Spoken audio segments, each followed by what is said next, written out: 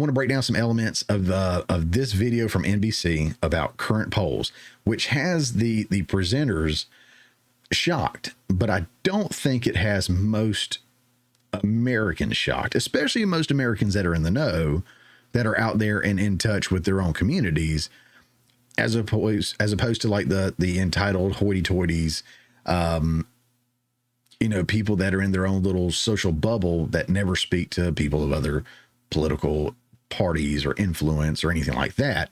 So people that actually get out and about and socialize and have their ear to the ground probably aren't so shocked like the news media is, and some others. Let's check that out real quick. This is from NBC News. I'll kind of cut through it a little bit, but I do want to go over a few points as we play through it. So let's go ahead and get this thing going. Good Sunday morning. We begin with our brand new NBC News poll, which brings more warning signs for President Biden and his reelection campaign. I want to point out first that it's an NBC News poll. NBC, MSNBC, all the NBCs and all that, very left-leaning, very heavy on the liberal side. So if an NBC poll is not looking good for Biden, it's really not looking good for Biden. Just wanted to point that out, because a lot of times you'll hear about polls and sometimes you don't understand the validity of these polls, or if they're left-leaning or right-leaning or balanced or whatever. NBC News poll, very left-leaning. So this is really detrimental to the Biden campaign right now. One of our pollsters tells us we are looking at a, quote, presidency in peril. With the general election just 9 months away, President Biden has declined on every measure since 2020, is struggling with key elements of his base, and now trails former President Donald Trump by wide margins on the issues voters say are most important to them. Joining me now to take us through the numbers is national political correspondent Steve Kornacki. Steve, these are some truly stunning numbers. They really are, Kristen. And let's just start with the bottom line. When you ask. So this is where he's supposed to start breaking it down, and it's going to get pretty sad pretty quick right off the bat. Let's go. Folks, hey, if it's the general election and it's Trump versus Biden, in our poll, Donald Trump now leads Joe Biden by 5 points. Compare that to the last time we polled back in November. Trump was ahead then, but it was only by 2 points. It's even more significant when you look at it this way. Over time, we have been testing for 5 years now, going back to 2019, a Biden-Trump matchup. Remember, 2019, 2020, Joe Biden led. He led big in every single one of our polls. For the first time in November, Donald Trump polled ahead in our poll, and now at 5 points, this is the biggest lead NBC has ever had in 16 polls for Donald Trump over Joe Biden. And, of course, undergirding all of this is this question of he is the incumbent, Joe Biden. We ask voters, what do you think of the job he's doing? And look at that, Kristen, 37% approve and now 60% disapprove. And we should say that is the lowest approval rating since former President George W. Bush's second term. Yeah, and it's put that in further context, too. Bush in his second term wasn't running for re-election. Yeah. Here's the presidents who were running for re-election in our poll starting their re-election year. What was their approval rating? Bush was over 50. He won. Obama was almost at 50. He won. Trump 4 years ago was 46. He lost. Look how low Biden's number is compared to those predecessors at this point. Their numbers all much bigger than President Biden's. It shows you the improvement. Yeah, those numbers are all bigger. If it wasn't obvious. Dumbass. Improvement Biden has to make here in the coming months. The issues that are driving this, too, the economy, no surprise, we've been talking about it, but look at that advantage for Trump. 22 points. Wow. And securing the border here, folks, a very important Trump with a 35-point advantage. And that's a big one right now, the economy. And they're going to try to spin it. And other people are going to try to spin it where they say our perception of the economy is not what it should be. We're not giving enough credit to Biden. They're not looking at the right numbers. In fact, we may get into that in a week or two. The numbers that they're looking at to determine how good the economy is doing versus what real Americans are having to deal with on a day-to-day basis. They're not the same numbers. It's not the same thing we're dealing with. And so they're going to try to spin it that we don't understand the reality of the economy and we won't give him credit. Keep an ear out for that, because you're going to hear that several times, not just in this video, which I think they're going to say, but you're going to see that in articles and other videos. as you watch this progress along. And then, of course, the securing the border. They're saying that Texas right now is trying to create a civil war against the United States because of, what they're trying to do with securing the border. Well, the percentages right there of differences between how they were doing between Biden and Trump tell you what most Americans feel. They don't feel it's Texas against the USA. They feel like it's the U.S. federal government against Texas and against its own citizens as far as securing the border goes. Let's watch a little more. The economy is so striking, Steve, because jobs are up, inflation is down. Voters aren't giving him credit for that, clearly. Yeah, there are a couple areas in here, I think, where Democrats see potential opportunities to grow Biden's support. Certainly, they are hoping the economy, folks change their perceptions of it and start rewarding Biden for it. That's what they're hoping, certainly. How about this, though? Also cautionary for the White House. Go back 4 years ago. There was two folks in their 70s running, Biden versus Trump. And we asked then, did the candidates have the necessary physical, mental capacity? It was about even, 41-38. Now, you ask it, 46% say that Donald Trump does, just 23% when it comes to Joe Biden. We're going to come back to that one in a little bit, but look at that necessary mental, physical health. We're going to come back to that in a little bit, but just keep that in mind. And think of one of the central themes of Biden's campaign in 2020. He said he'd be competent. He said he'd be effective. Folks said they believed that in our poll in 2020. One of the big reasons Trump lost, but now complete, total reversal. 48% say Trump competent and effective. Barely a third say that for Biden. That's right. He said he was going to bring stability back to the White House. And now he's the incumbent, and folks are maybe looking at him and maybe looking at Trump as not the incumbent in a different light here. Just a couple other things to get through on the foreign policy. Again, Israel, Hamas, center stage in the in the world picture right now. Overall, big disapproval for Biden on foreign policy, particularly on Israel, Hamas. That's particularly acute among the youngest voters, 18 to 34-year-olds. We have them tied. Trump versus Biden, and a lot of those Biden voters, 18 to 34. Okay, we're going to get to this. They say they don't like Biden. We're going to get this breakdown here in another video of the different categories of people, independence and age and race and stuff like that, because that's interesting. Not a very long clip, little clip. So stay with me. It's actually also from NBC. Let's jump over there real quick and let's check this one out.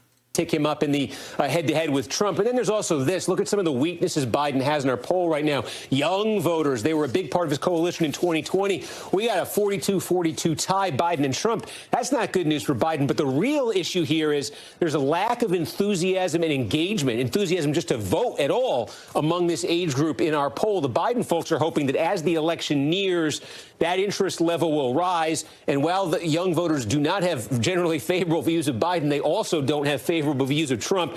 So the Biden folks hope that as young voters get more engaged in this, they'll ultimately decide basically they more want to vote against Trump than they want to vote against Biden. They see an opportunity for growth there. You also look here. So we'll stop right there real quick. So they're shocked that the young voters are neck and neck. I mean, some of these people only know, some of these young voters only know of either an economy in a world under Biden, or they only know of an economy in a world under Biden and Trump. And they remember the difference between Trump and Biden, or they see what it's like under Biden right now. Right. So there's this contrast of these two, and that's all they know. They're not old enough to remember Obama or Bush or any of those guys. But yeah, I mean, if you're contrasting the two, there's a stark difference. And the young voters right now, if I remember correctly, and it may be the next generation after these guys, I can't remember, seem to be considerably more conservative than the prior generation. Or Gen Z, X, all that stuff. I get confused about where I'm at and all this and that. But yeah, the young voters seem to be really more invested in truth telling. Again, we talked about last week when they're finding their news sources from independent creators or independent journalists. They're getting more of the truth, and a lot of this kind of garbage isn't getting pumped into their brains. Not nearly as much as older generations, but they're shocked because they have no idea. They haven't talked to anybody. Let's take a look. Let's go some more. The Hispanic vote, basically even, Trump ahead by 1 point. That's something Republicans have been talking up the possibility of. They've got to like that. Among African Americans, So what they don't realize about the Hispanic vote is a lot of these folks are the the legal immigrants, people who came in, or they're, generationally through that of someone came in, became legalized and started their family, worked hard, built a business, whatever, and they're here legally, right? And they're sick and tired of what's going on at the border. They're sick and tired of, their tax money that they're paying going to people that are crossing the border illegally. They're getting just as upset about it as folks that have born and raised here for generations and generations, but they're seeing that and they're really getting upset about that. That's a big area where Trump is picking up support in the Hispanic community, which is backfiring on the Democrats because they really thought they had that vote locked in. So this is really, really shocking to the Democrat Party and, of course, to, left-leaning NBC News here. Let's check out the black vote. This is a solid lead for Joe Biden, 75-16%. But Democrats want to do better than that. They want to keep Trump in single digits here. They want to get this Biden number up, about 10, 15 points further from where it is. So that's where they would see opportunities for growth sort of demographically. Well, Steve, all right, so that's good. Thanks, Steve. Appreciate you so much there, buddy. Anyways, the percentage of black voters for Trump has been increasing steadily. You can look at that over time on several graphs. In fact, the black community really loved Trump back in the day until he ran for president and the mainstream media told him, everybody, that he was racist and he was terrible and all this and that. And so the love for him dropped significantly because once you start throwing that R word around, it's a very triggering, very damaging word to call somebody or accuse somebody of being racist. So, that had a lot to do with it. But a lot of people are waking up, especially within the black community. This isn't good for Biden. It's not good for the Democrat Party. The people are supposed to be in the know. These people are supposed to be in the know, and they're very shocked, which goes to tell you that they're not in the know. They have no idea what's going on in the real world. This is why so many people are tuning in to the independent sources, because they are so much more significantly in tune with the real world, more than these 6+ figure media personalities that are so far removed from reality. In fact, let's look at a couple of videos real quick. From Georgia, again, down here in Atlanta, in a predominantly black community. Let's see what their reaction was as Trump rolled through when he was being indicted. Which one are you in, though?